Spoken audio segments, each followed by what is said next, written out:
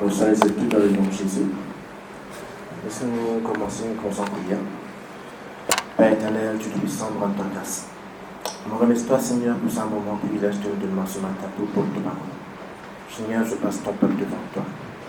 Tu as une parole de sagesse, de connaissance, Seigneur. Tu as une parole de guérison pour ton peuple, Seigneur. Seigneur, Dieu nous connaît, rien de moi que de toi. Quand c'est toi qui es l'alpha et l'oméga, le commencement et la fin, le premier, le dernier, le vivant. Toutes choses commencent pour toi, Seigneur, toutes choses deviennent pour toi, Papa. Dans le merveilleux nom de Jésus. Seigneur, tu as toute la place, Seigneur, Dieu. Serve-moi la bouche, Seigneur, Dieu, comme un instrument, Seigneur. Enfin, Seigneur, Dieu, cette parole qui t'a envie de dire, Seigneur, Dieu, je te demande, Papa. Dans le nom de Jésus. Alléluia. Amen. Bon, le thème de ce matin, c'est que Dieu nous met dans les cœurs. Tout comme 2 semaines de cela, le pasteur Lorena propose de l'unité. Et la semaine dernière, le pasteur Samy fait l'introduction de la famille. Et Dieu poursuit le même élan. Et la semaine prochaine aussi, c'est que vous prêchez vos pensées sur la famille, parce que la nouvelle, c'est aussi une fête de famille. Nous laisse Dieu guider nous dans ce parole. Ok, je connais. Le titre de mon message de ce matin, c'est « Bats-toi pour ta famille ». Laissez Dieu guider nous pour qu'on comprenne qu'il peut dire. Je connais la famille, c'est le plan de Dieu. Quand nous dites bien dans la parole de Dieu, selon Genèse 1,26, que Dieu dit à nous, fais un homme à notre image, selon notre ressemblance. Et au verset 28, le Genèse 1er, il dit, Dieu les bénit, et Dieu leur dit, soyez féconds, multipliez et remplissez la terre. Là déjà, nous trouvons que c'est le plan de Dieu qui un couple se réunit et se font être famille. Et plus bas encore, selon Genèse 2,18, Dieu dit quelque chose. L'Éternel Dieu dit, il n'est pas bon que l'homme soit seul.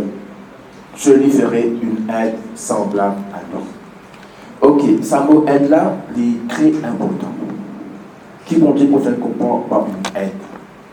Je connais que quand Dieu crée l'homme, il crée mâle et femelle. Et malgré toute création que Dieu mettait sur la terre, l'homme tu manque quelque chose. Et Dieu finit en l'homme et il finit sa côté femelle là avec lui. C'est là qu'il tient sa os là, il fait sa os là avec une femme. Ok? C'est que Dieu nous fait comprendre par l'aide. Il dit nous, il amène besoin que l'homme a et que la femme puisse aider pour succomber à ce besoin. Ok? Et pas seulement côté intellectuel, même partage des idées, plans, projets. Pas seulement la femme disait dans la cuisine, mais il est aussi arrivé jusqu'à la chambre. C'est pas. Ce que je veux vous dire, c'est que dans le plan de Dieu, Dieu il met le plaisir dans le couple. Moi, parce que le couple marié. Moi, parce que c'est que le projet, le but même, c'est qu'encore. Ça veut dire ce qui n'est pas recommandé. Ce qu'il va vous expliquer, c'est que il amène besoin que l'homme puisse et que la femme puisse aider. La femme puisse mettre sa contribution. Ce n'est pas au moment quand vous passez là, elle n'a pas une trop religieuse, elle commence à prier en langue, là-bas chez quelqu'un, quand elle fait quelque chose d'important, intime. Et la femme, lui, amène son rôle dans la famille. Parce qu'il y a beaucoup de chrétiens qui sont bien tabous là-dessus. C'est un sujet qui Dieu même il mettait dans la vie humaine. Et nous connaître qui nous fait, ne pas aussi exagérer. Parce que, avant de continuer là-dessus, moi et mon madame, nous avons l'occasion de bénir un couple, de se marier civilement. Mais le mariage civil, c'est seulement auprès des hommes. Il n'y a pas de couverture spirituelle dedans. Et ce qu'on avait, sur la vie même, nous n'avons pas réussi. Malgré qu'ils soient fidèles, qu'ils coopèrent, tout, nous n'avons pas réussi. Et là, tout de suite dans le cas, cause à mon pasteur, présente un couple au pasteur.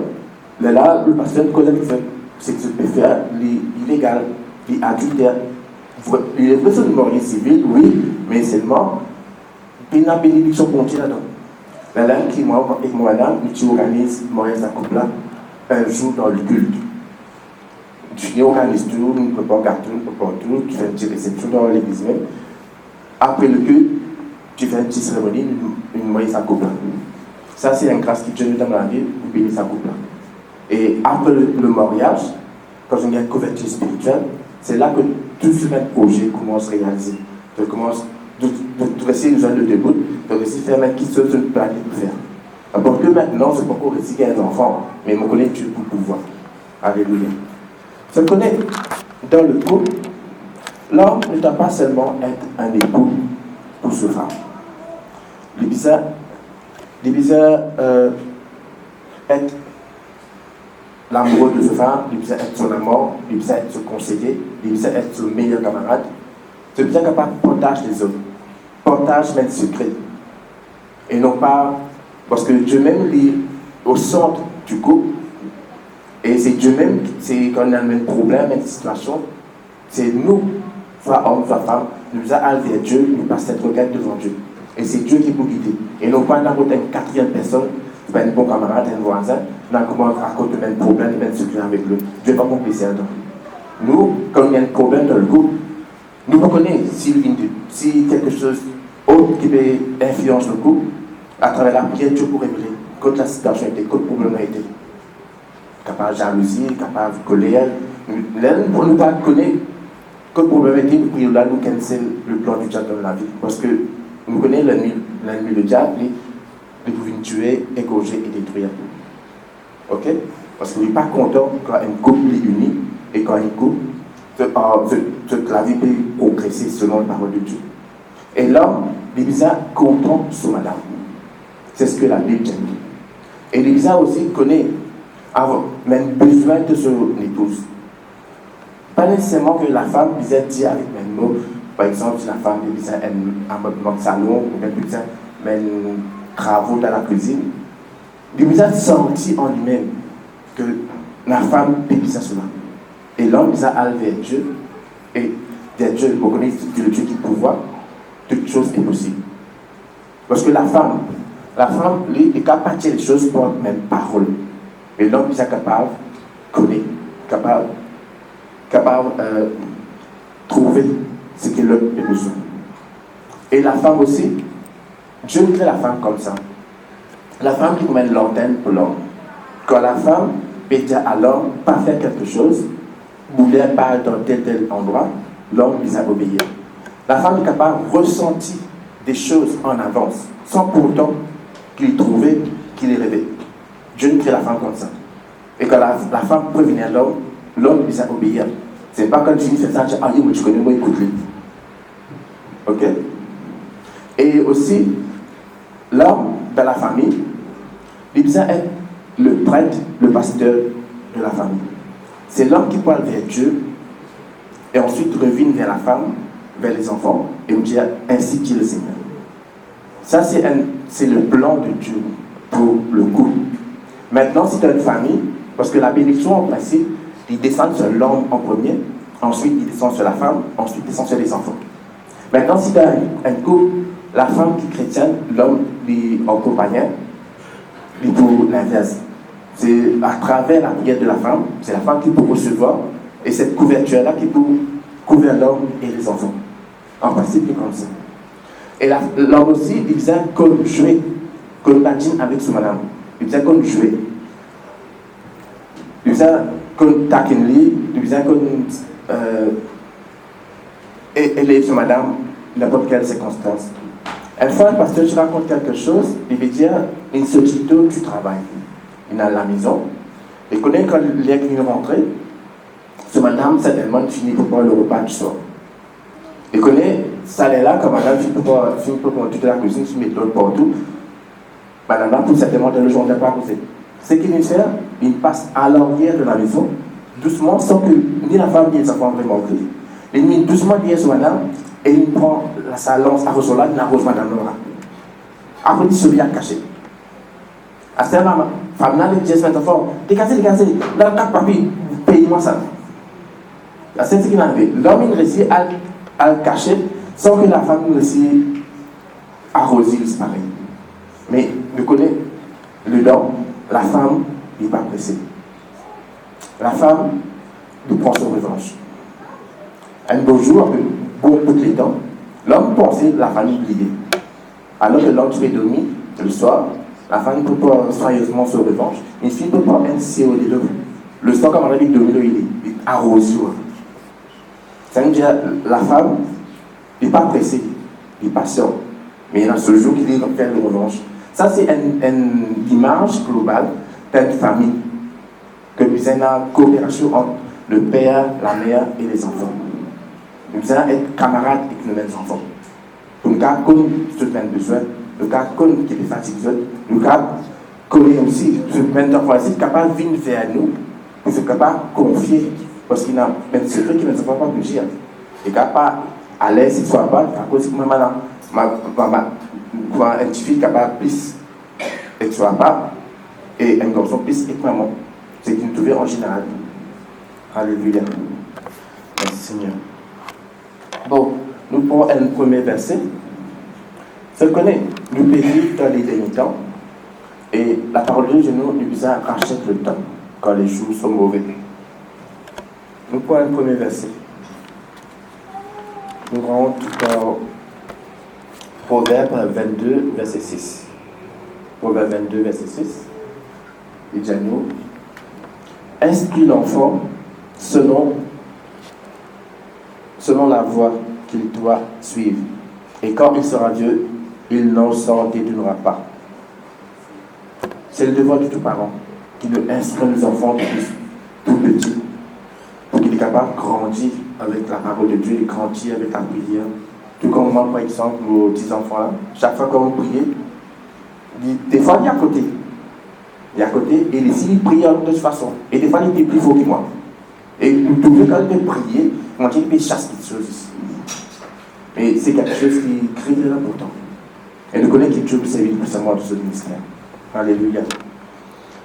Nous lisons déjà un verset dans Éphésiens 6, verset 4. Éphésiens 6, verset 4. La parole de Dieu, nous.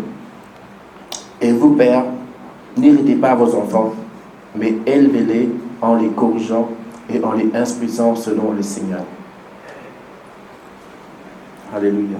Nous, en tant que parents, il y a une façon aussi de élever nos enfants. Il ne fallait pas, comme les enfants peuvent faire mauvais, nous commençons avec une petite, avec maintenant aux autres. C'est quelque chose qui est capable de porter une malédiction aux autres. Il est capable, si vous êtes, il nous a analysé le mot qui me dit, pas dire, toi, tu es un fainéant, toi, tu ne connais jamais, toi, jamais tu peux comprendre. Non, quand tu tiens une parole comme ça, nous pouvons mettre une main sur nos enfants. Nous faisons tout le temps, avec sagesse, qu'on autorise nos enfants. Donner même une parole de bénédiction pour qu'ils nous connaissent que, même si tout le contraire, nous déclarons tout le temps les choses positives. Alléluia. Amen. Amos 3, verset 7. Amos 3, verset 7. Car le Seigneur l'Éternel ne fait rien sans avoir révélé son secret à ses serviteurs les prophètes. Ça, c'est quelque chose de vrai. Bon Dieu ça lui faire quelque chose sans lui avertir sur les enfants. On prend l'exemple d'Abraham. Nous rentrons dans Genèse 18, verset 23 à 28. Genèse 18, verset 23 à 28. Abraham s'approcha et dit, feras-tu aussi périr les justes avec le méchant? Verset 24. Peut-être y a-t-il 50 justes au milieu de la ville. Les feras-tu périr aussi?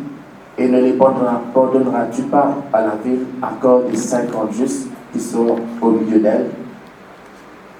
Faire mourir le juste avec le méchant, en sorte qu'il en soit du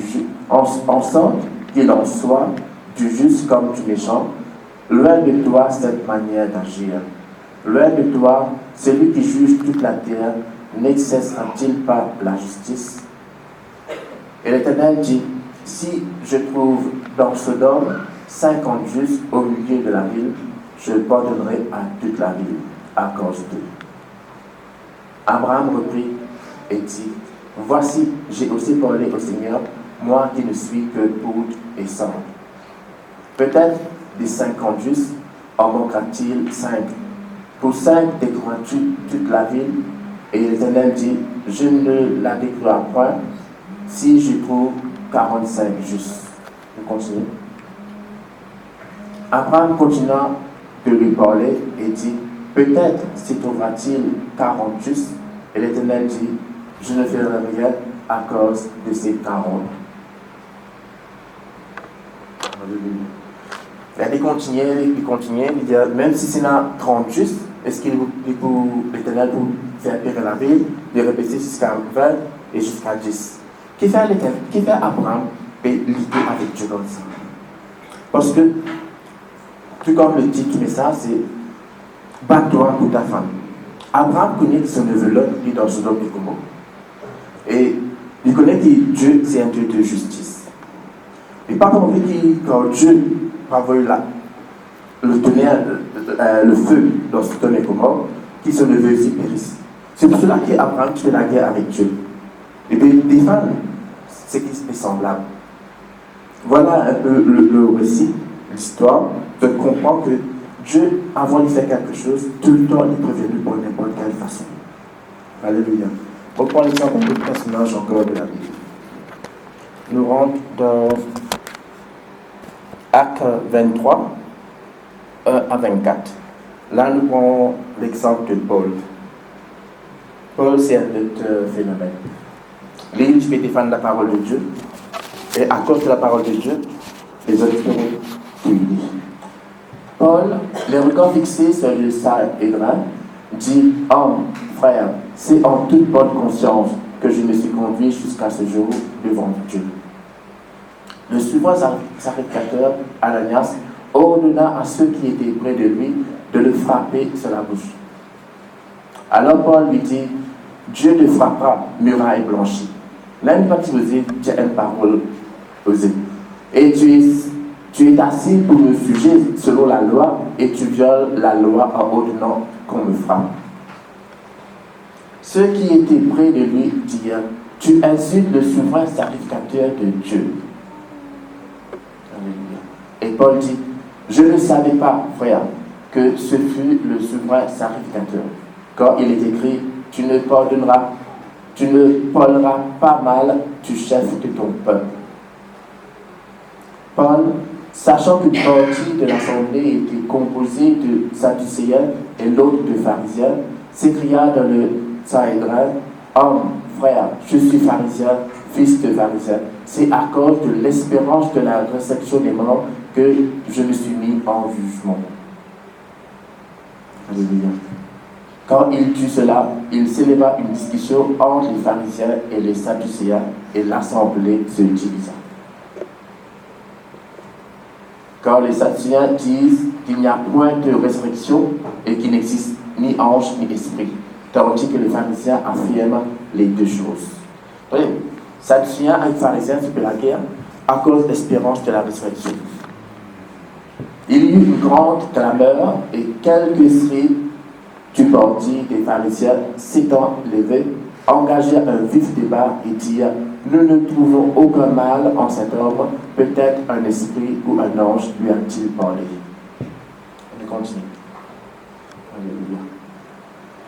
Comme le discorde allait croissant, le tribun, craignant que Paul ne fût mis en pièces par ces gens, fit descendre les soldats pour l'enlever du milieu d'eux et le conduire à la forteresse.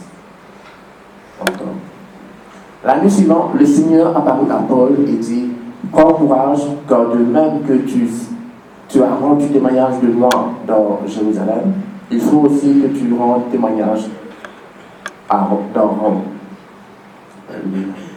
Quand le jour fut venu, les Juifs formèrent un complot et firent des imprécations contre eux-mêmes,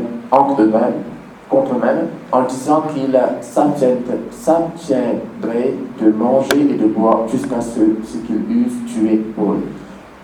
C'est un complot pour tuer Paul là. Ceux qui formèrent ce complot étaient plus de 40. Verset clé pour trouver Paul là, c'est et ils allaient trouver les principaux sacrificateurs et les anciens auxquels ils dirent, nous sommes engagés avec des imprécations contre nous-mêmes à ne rien manger jusqu'à ce que nous ayons tué Paul. Vous donc maintenant, agressez-vous avec le Sanhédrin au tribun pour qu'il l'amène devant vous, comme si vous voulez examiner sa cause plus exactement. Et nous, avant qu'il approche, nous sommes prêts à le tuer. Alléluia. Là, c'est là que j'ai envie de dire, acte 23, 16. Le fils de la sœur de Paul, ayant une connaissance du guet-apens, alla dans la forteresse en informer Paul. Alléluia. Paul appela l'un des ordonniers et dit: mène ce jeune homme vers le tribun, car il a quelque chose à lui rapporter. Ça veut dire, le verset 23, 16, que Dieu, le fils de la sœur de Paul, Dieu, quand il a quelque chose qui parle de la vie, il vous trouve tout le temps un moyen pour prévenir. Ok? Là, il s'agit le fils de la sœur de Paul. Parce que le fils de la sœur de Paul, il entendait qu'un groupe sadducéen peut faire complot pour tuer Paul. Et Dieu, dans sa grande bonté, il fait que le fils entend cette complot et pour capable prévenir le roi pour empêcher sa situation d'arriver. Dieu travaille comme ça dans la vie. Alléluia. Quand nous connectons avec Dieu, Dieu tout le temps trouve le moyen pour dire à nos enfants contre le bien et contre le mal. Alléluia. Nous prenons notre verset. Nous rentrons dans Jérémie 12, verset 6. Jérémie 12, 6. Là-bas, il y a le complot. Quand les frères eux-mêmes et la maison de ton père te trahissent, ils crient eux-mêmes à pleine voix derrière toi. Ne les crois pas quand ils te disent des paroles amicales. Arrivé même membres de nos familles, je suis capable de pas contre nous, la jalousie de nous, dans lesquelles nous, je suis capable de causer bien en nous. Nous ne sommes capables de pas révoquer. Devant un visage, à l'intérieur un visage. Et ce qui est arrivé, c'est que il ne fallait pas nous l'église, c'est qui cela. Parfois, arriver dans une famille qui mène trop de famille et trahir nous et les deux, sans qu'ils nous connaissent. Nous lisons au verset. Ouais, c'est ça. Ok. Nous rentrons dans 2 Samuel 15, 12 et 13. 2 Samuel 15, 12 et 13. Là, nous prenons l'exemple de David. Quand je peux quand même, donc trahir lui. Pendant qu'Absalom offrait les sacrifices, il envoya chercher à la ville de Gilo Achitopel, le Guélonite, conseiller de David. La conjuration devint puissante et le peuple était de plus en plus nombreux auprès d'Absalom. Vous le verset 13. Quelqu'un a informé David et lui dit: le cœur des hommes d'Israël s'est tourné vers Absalom. Même David finit comprendre. Il dit les rois. Tous les époques finissent vers ce garçon. Et ce garçon pour prendre place par là. C'est pour cela que David, quand il y a un message là, il préférait dire les seuls peuples qui sont avec lui, fuyez dans lui, sauve la peau. Parce que Absalom pour vivre, pour tuer. Alléluia. Merci Seigneur. Nous lisons dans 2 Timothée 3, 1 à 5. C'est ce qui peut passer dans le monde actuel. 2 Timothée 3, 1 à 5. Sache que dans les derniers jours, il y aura des temps difficiles. Alléluia.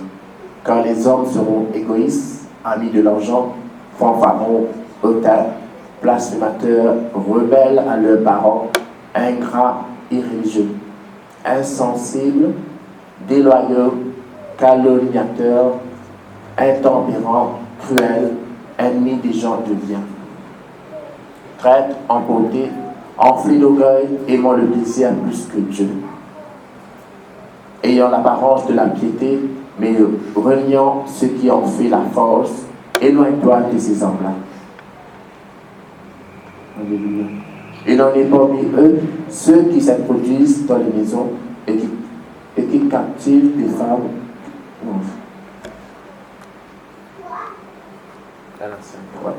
Il y en a parmi eux qui introduisent dans les maisons et qui captivent les femmes d'un esprit faible et borné, chargé de péché, agité par des passions de toute espèce. Alléluia. Apprenons toujours et ne pouvons jamais arriver à la connaissance de la vérité. Merci. Non, n'arrête pas là. Fantastique, ils vont nous expliquer pour ce verset. Je connais que Dieu finit par prévenir sur mes enfants. Que la vie va tout en rose. Que la vie est de plus en plus dure, de plus en plus difficile. Que nous devons tout le temps en prière, prier. Prier pour la famille, prier pour qu'ils nous mènent jeunes, pas domaine fléau, domaine vice, domaine des autres petites choses qui entraînent eux dans ce train de ce monde-là. Beaucoup de jeunes qui tombent là-dedans, malheureusement. Et nous, en tant que parents, nous devons encercler, encadrer nos familles, encadrer de mes enfants, prier pour eux, chercher à faire des œuvres pour eux, pour qu'ils se clés qui tournent vers les parents, pour qu'ils soient capables de trouver un avenir meilleur. Parce que le diable, il fait des dégâts, il connaît ce jour des compter, il connaît qu'il reste beaucoup de temps, et il fait tout pour détruire la famille. Parce que quand il y a une famille soudée, c'est difficile pour détruire sa famille. Ça veut dire, si vous voulez expliquer, c'est que les choses que le mari n'a pas trouvées, la femme peut trouver. Dieu peut montrer. C'est que la femme n'a pas trouvé, les enfants n'ont trouvé. Ça, c'est si nous ancrons dans la prière, cette famille qui est soudée dans la prière, Dieu peut toucher n'importe quel monde pour la famille, pour passer un message. Parce que Dieu n'a pas envie qu'il nous périsse. Dieu n'a pas envie qu'il nous fasse une petite chose, pour une propre sagesse, une propre intelligence. Il est tout le temps là pour prévenir nous. Par son Saint-Esprit, tout le temps là pour guider nous, pour montrer nous, pour qu'il ne pas fauter, pour qu'il ne pas chuter. Parce que Dieu compte en nous. Et il a envie que la famille grandisse, la famille prospère. Et que tous arrivent à la perfection et tous arrivent à recevoir ce que Dieu a préservé pour eux. Alléluia. Merci. Nous rentrons dans Genèse 37, là nous constatons la vie de Joseph.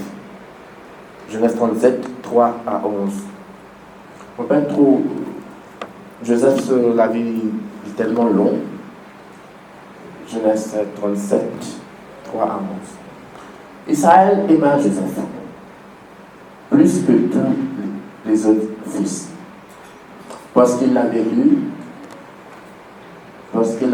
dans sa vieillesse, et il lui fit une tunique de plusieurs couleurs. Ça, c'est quelque chose qui nous bien vigilant. Nous, en tant que parents, nous sommes contents de nos enfants pareil. Maintenant, nous avons une préférence pour une préférence pour l'autre. Il ne fallait pas nous montrer ça va moula plus les enfants que l'autre. Parce que ça, déjà, il crée une jalousie, il crée un déséquilibre dans la famille. Nous sommes contents de tout pareil, habiller tout pareil, traiter tout pareil. Malgré sa candidature de qualité, malgré sa candidature de défaut, nous devons tout le temps faire que tout passe selon la volonté de Dieu. Et ne pas créer un déséquilibre dans la famille, si nous préférons un plus que l'autre. Ça, c'est l'erreur qu'Israël fait. Et il compte en Joseph plus que les autres. Alléluia. Nous continuons. Verset 4.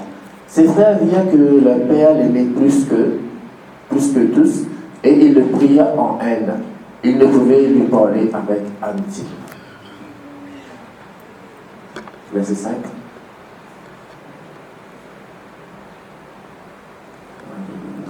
Joseph eut un songe et il le raconta à ses frères, qui le haïraient encore davantage.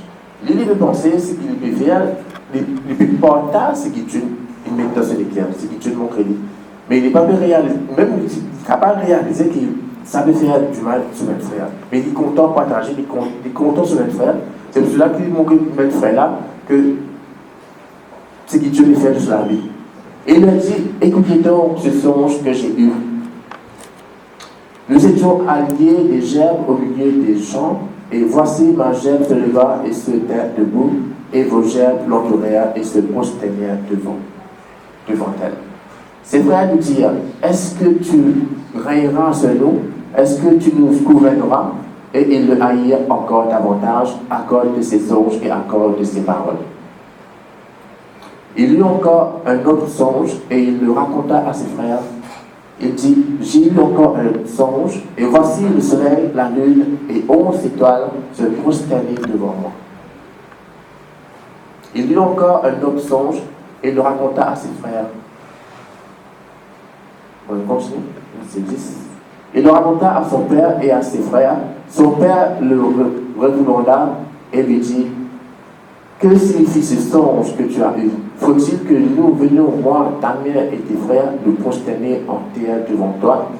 Verset 11. Ses frères eurent de l'envie contre lui, mais son père garda le souvenir de ces choses.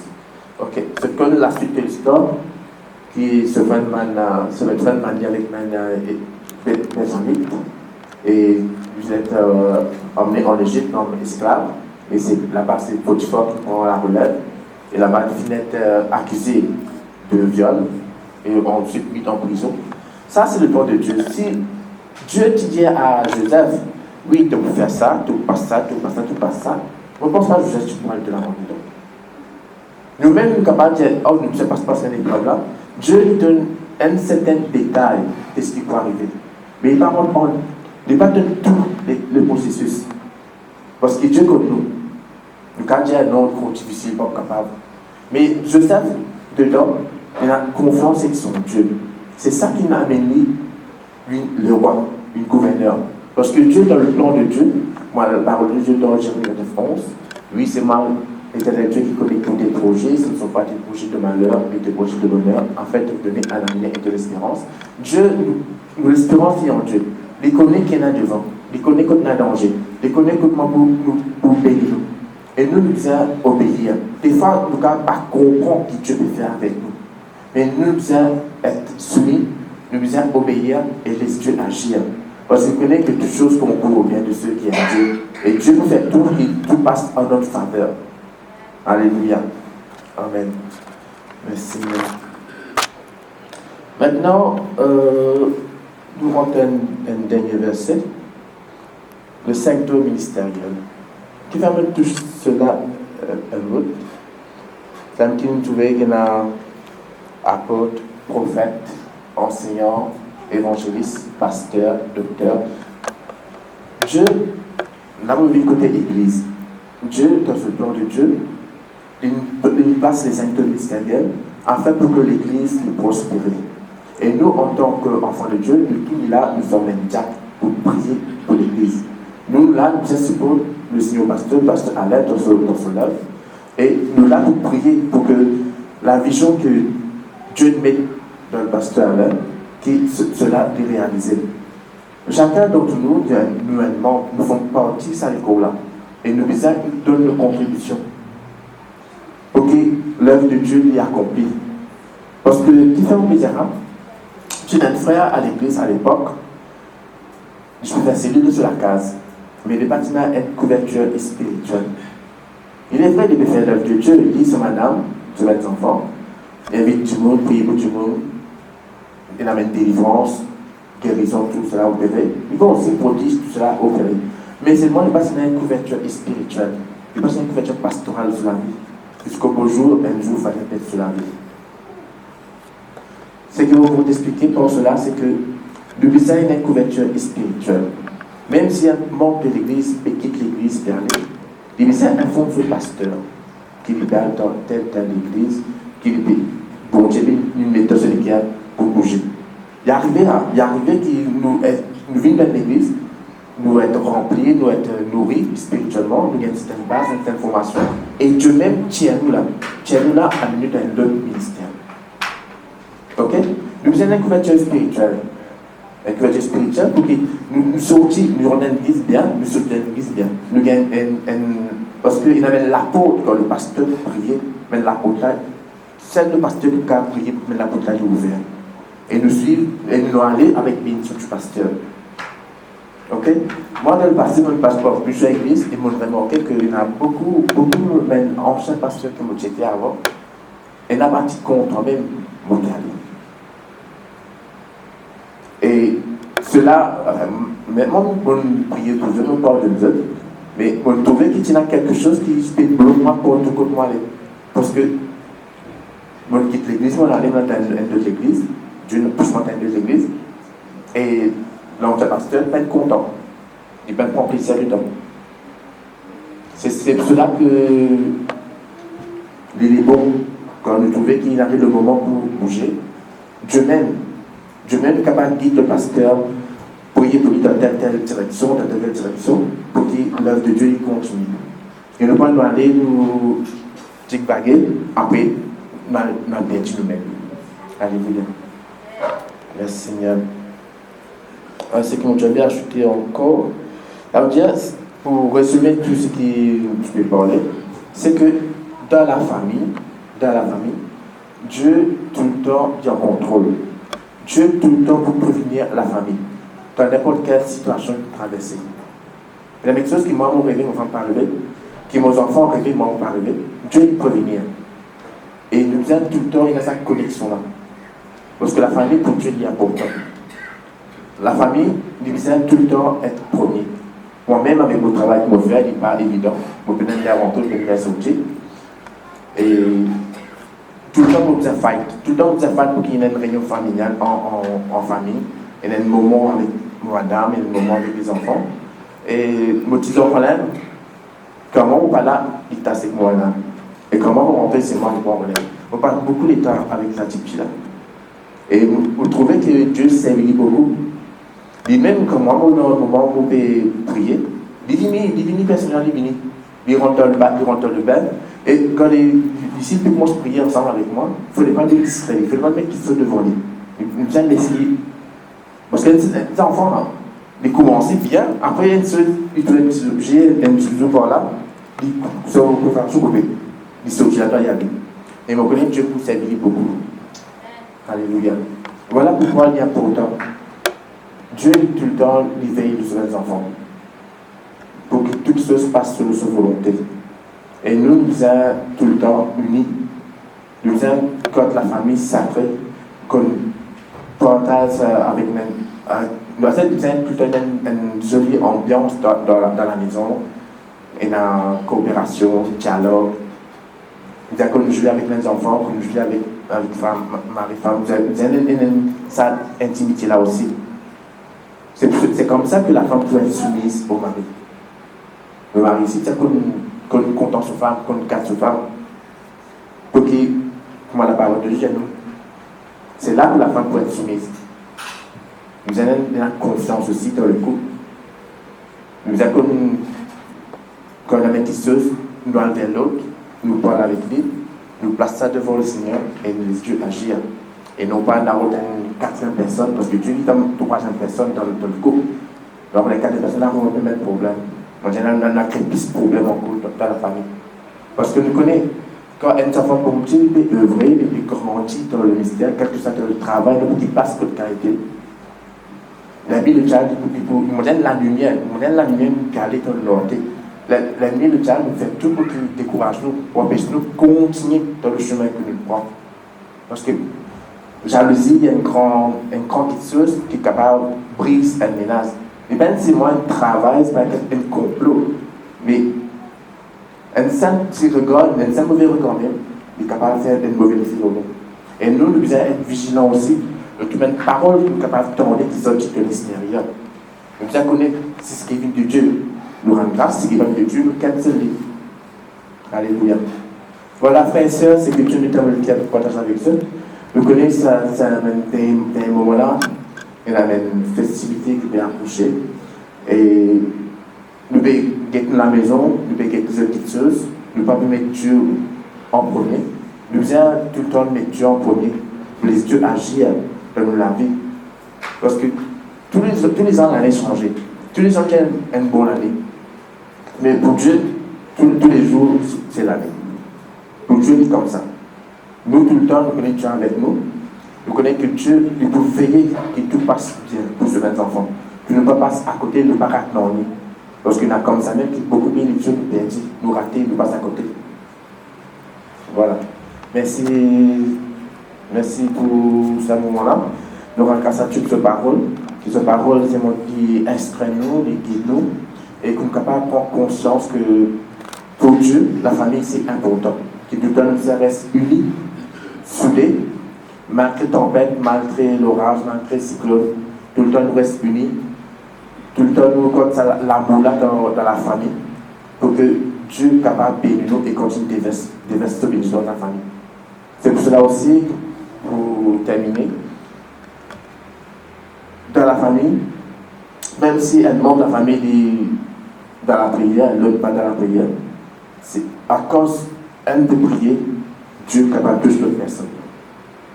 Il y a une couverture qui gouverne. Gouverne tout le monde qui dit, en principe, c'est le père, ensuite c'est la femme, ensuite c'est les enfants. Mais si c'est la femme qui est à la tête de la famille, il vous l'inverse. Descend de la femme, sur le père, ensuite les enfants. Le sapin est quelqu'un qui se fait. Parce que comme dans Acte Diano, quand Paul est en prison, ben là, il y a un grand Jésus qui vous a fait pour être sauvé. Il dit, crois seulement, toi et ta famille seront sauvés. Nous avons continué de prier et croire que Dieu fait cela, que Dieu peut contrôler, que Dieu peut faire les choses en son temps. Alléluia. Père, pour ta grâce, Seigneur. Merci pour tes paroles, Seigneur. Merci, mon Dieu, pour tes paroles, Seigneur, Dieu, nous sommes dans la bonne terre, Seigneur. Nous sommes conscients, Papa, que c'est toi qui es la tête de la famille et que nous sommes tout le temps soudés dans l'amour, dans la joie, pour que nous soyons capables tout de la vie dans la vie. Nous avons tout le temps le puissant à nous dans la vie, Seigneur. Seigneur, nous sommes toi toute la place. Merci pour ton peuple, c'est mon Dieu. Merci de nous comprendre, c'est mon Dieu, que même à l'église, c'est mon Dieu qui nous a une famille, qui nous a prié pour notre Seigneur pasteur, pour qu'il te l'œuvre et continue, Seigneur. Afin que, c'est mon Dieu, nous capables toutes les personnes, toutes dans cette église, nous avons toute la place, Seigneur, que de nous faire bénis, de nous faire louer, de nous faire sainter, dans le nom de Jésus. Amen. Merci. Jésus. Amen. Gloire à Seigneur. Alléluia.